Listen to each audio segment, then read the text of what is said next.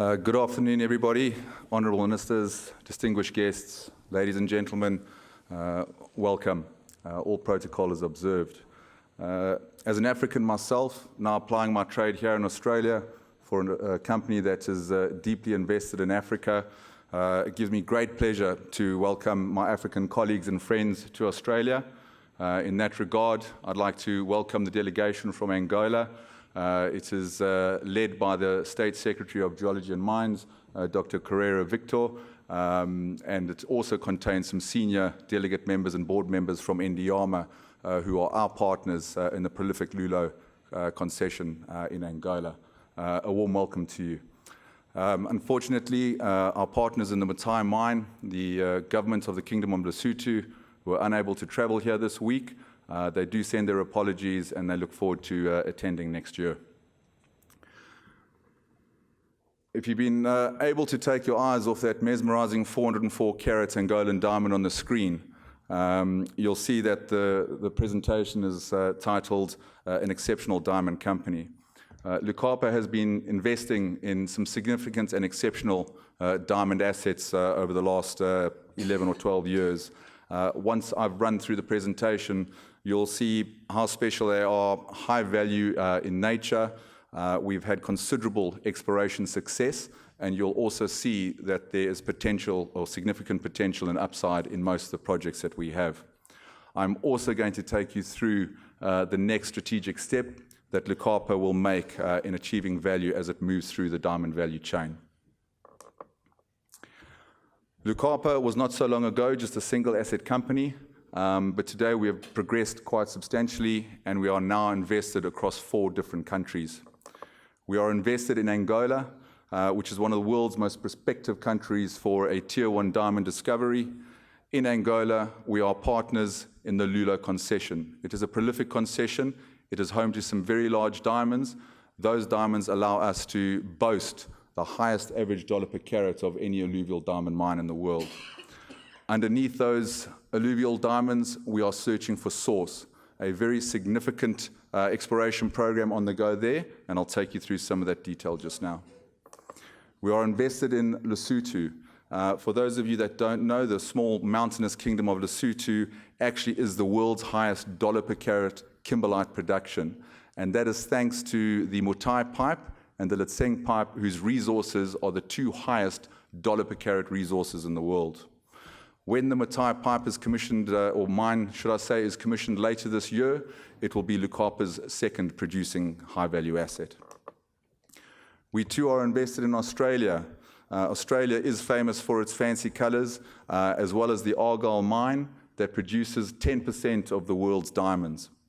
Right here in our backyard, we have made a significant discovery. I'll take you through some of those details, but we have really made a magnificent discovery that I think has not been seen in the Australian space for some 30 years. We too are invested in Botswana. Botswana is a well-known diamond address. We will be drilling our targets there later this year, and when we have completed that program, I will bring more to the market on that. The first project I'd like to take you through is the Lulo concession in Angola.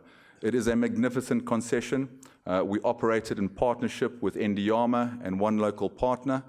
Lucapa has invested some $50 million in Angola over the last 11 years, developing an alluvial mining operation, as well as establishing a considerable kimberlite exploration program. Firstly, from an alluvial mining perspective, we have got a mine in vast alluvial fields. Those alluvial fields host some of the largest diamonds in the world. 404 carat, 227 carat, Angola's 2 largest diamonds ever recovered in over 100 years of diamond mining. In a world where large stones are few and far between, this concession produces them at a relative frequency that is unseen in the diamond space today. That allows us to boast the highest average dollar per carat, as I mentioned to you. And that's not just from 1 or 2 stones. We have recovered 58,000 carats so far in the time that we've been there, selling them for almost $116 million, achieving $2,000 per carat on average. That is 14 times the world average of $140 per carat.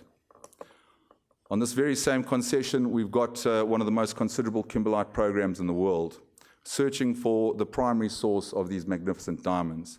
Diamonds such as the 404 carat diamond, the 227 carat diamond, 173 carat diamond, 129 carat diamond. You can see I like diamonds, I could go on forever.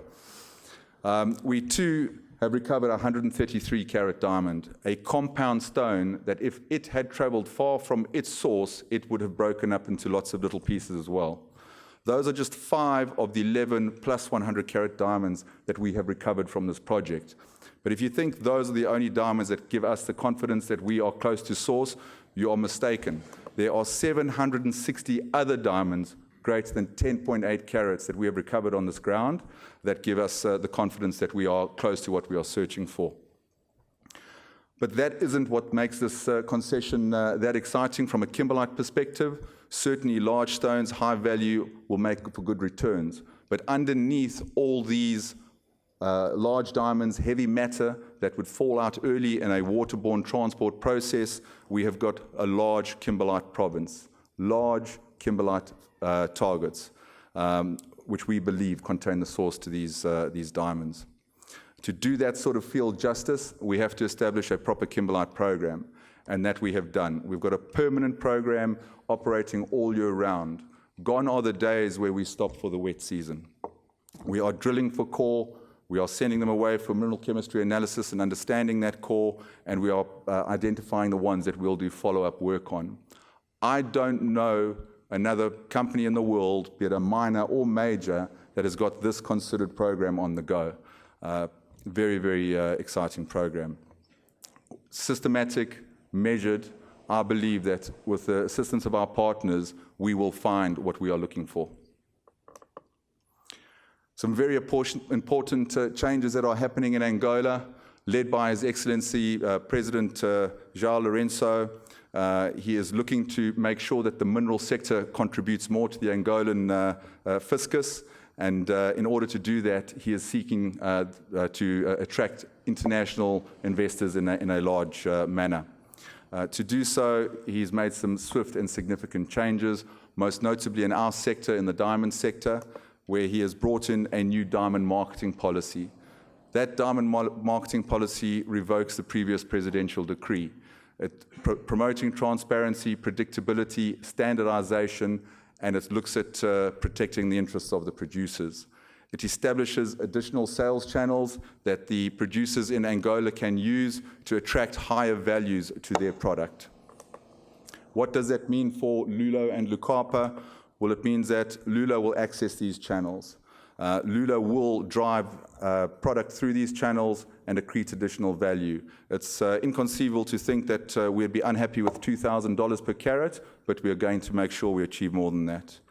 We'll be putting our diamonds through tenders, auctions, and other channels.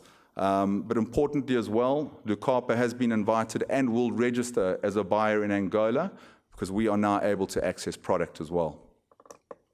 Of major importance and significance, in line with the initiatives that the President is running, Lucapa have been invited by Indiama to support the drafting of the new legislation to roll out the marketing policy. We are in discussions with Indiama to increase our equity participation in both the projects, and we are in discussion with Indiama to expand our operational footprint in Angola as well.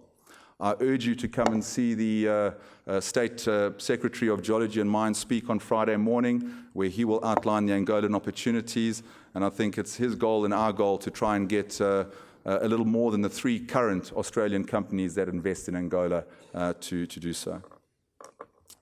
Second project I'll take you through is Mothae in Lesotho. It's a kimberlite mine development. Our partners in that mine are the governments of Lesotho. It too is a large stone producer.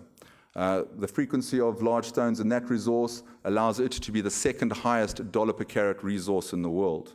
Lucapa will be investing some $30 million in that project, and when it is in operation later this year, it will be Lucapa's second producing asset. As you can see from the pictures on the screen there, the plant development is well on track. We do believe that we will make our commissioning timelines. We are also conducting a concurrent bulk sampling program testing zones that weren't tested before, and testing zones that were inadequately tested. That will grow our resource knowledge, it'll improve the life of mine, and it'll certainly improve the value that we derive from that project. Our initial financial modelling that I just want to highlight, with a 1.1 million tonne per annum phase 1 and a 2.2 million tonne per annum phase 2, a 13.5-year mine plan, gave us a project NPV of $85 million. We announced that full financial model with all underlying assumptions in October last year. I urge you to go and have a look at those.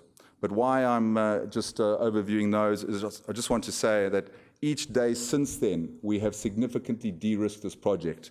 We are running a concurrent bulk sampling program. So for those of you who weren't sure about the resource, I will tell you that that resource contains large diamonds.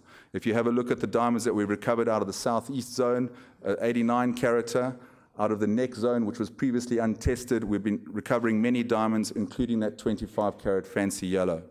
Out of the north zone, which was also previously inadequately tested, we have recovered pinks. I'm not so sure that it's showing up as pink on the screen, but your eyes don't deceive you, that is pink.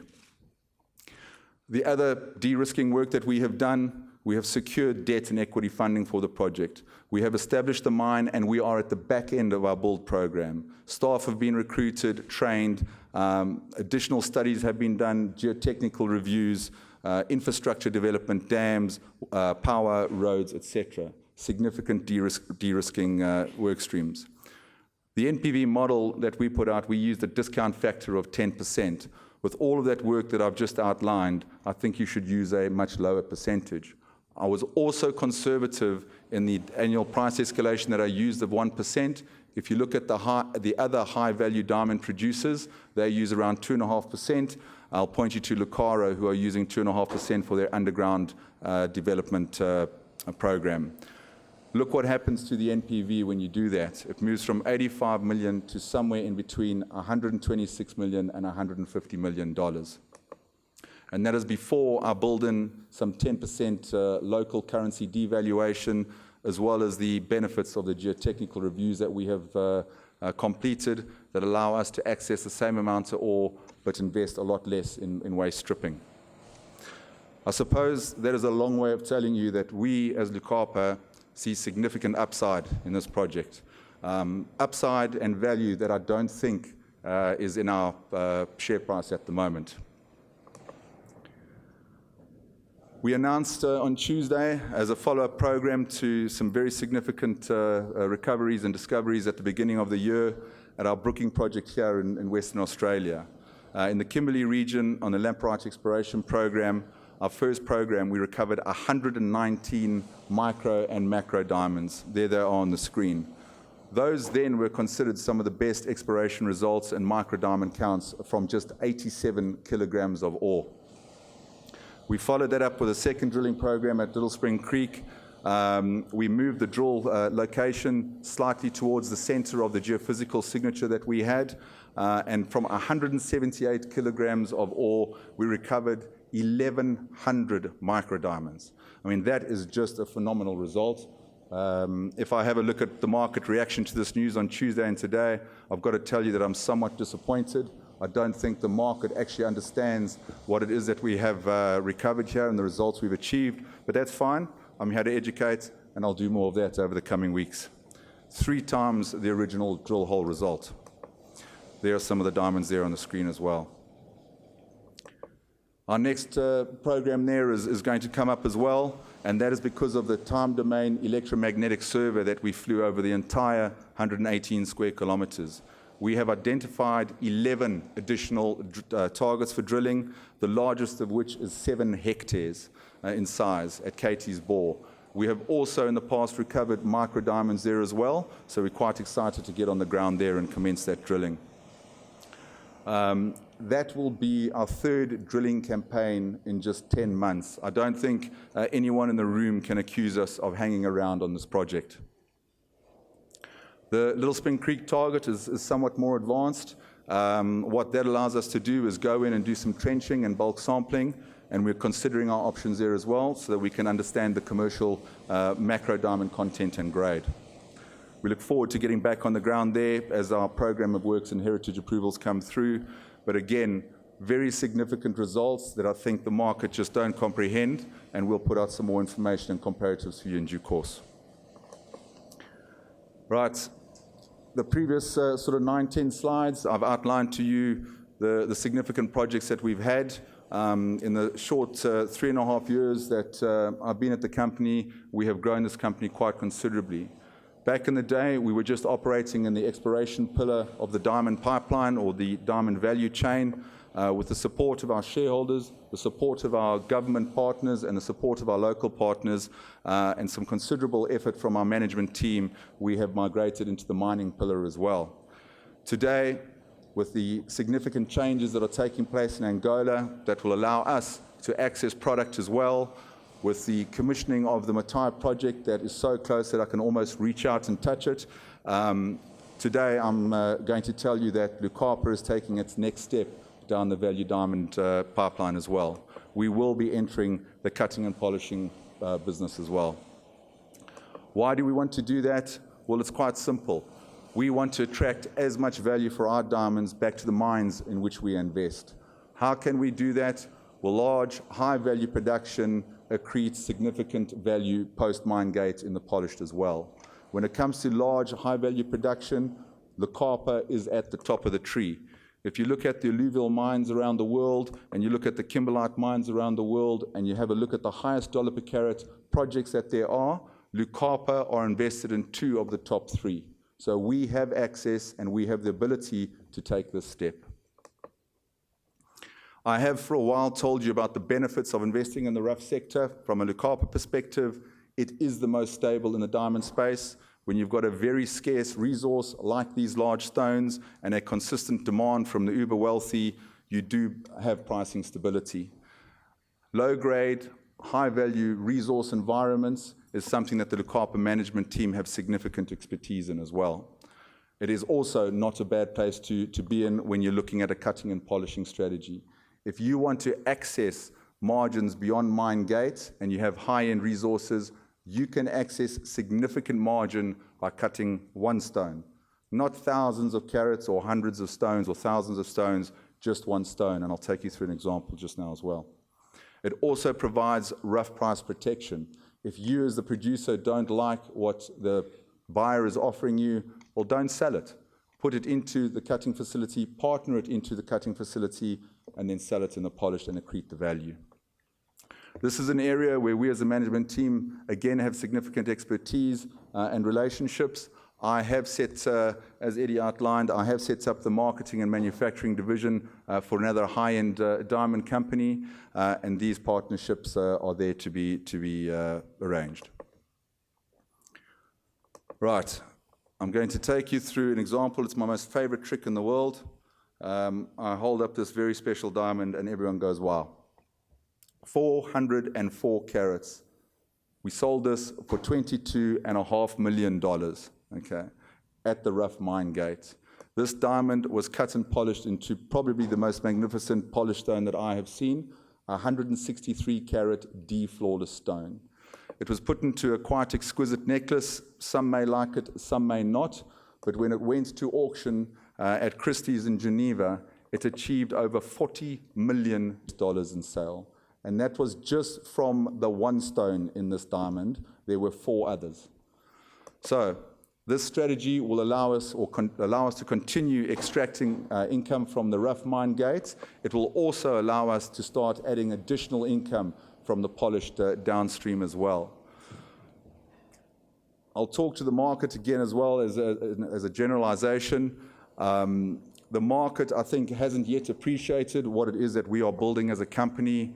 A very, very niche sector, low-grade, high-value environments, allowing us or giving us the opportunity to accrete this value. But the diamantaires have realized what we are doing, and my phone does not stop ringing. So right now, I think it's about time that the music starts, because Lucapa is going to be the belle at the ball. I think the red lights are on. I will end the presentation as I started. Lucapa, in collaboration with its government partners and its private partners, is an exceptional diamond company. We're a growing producer. We have achieved significant exploration success, and we will build on that, and we will extract the value in our projects. And tomorrow, we'll also accrete value downstream. Thank you.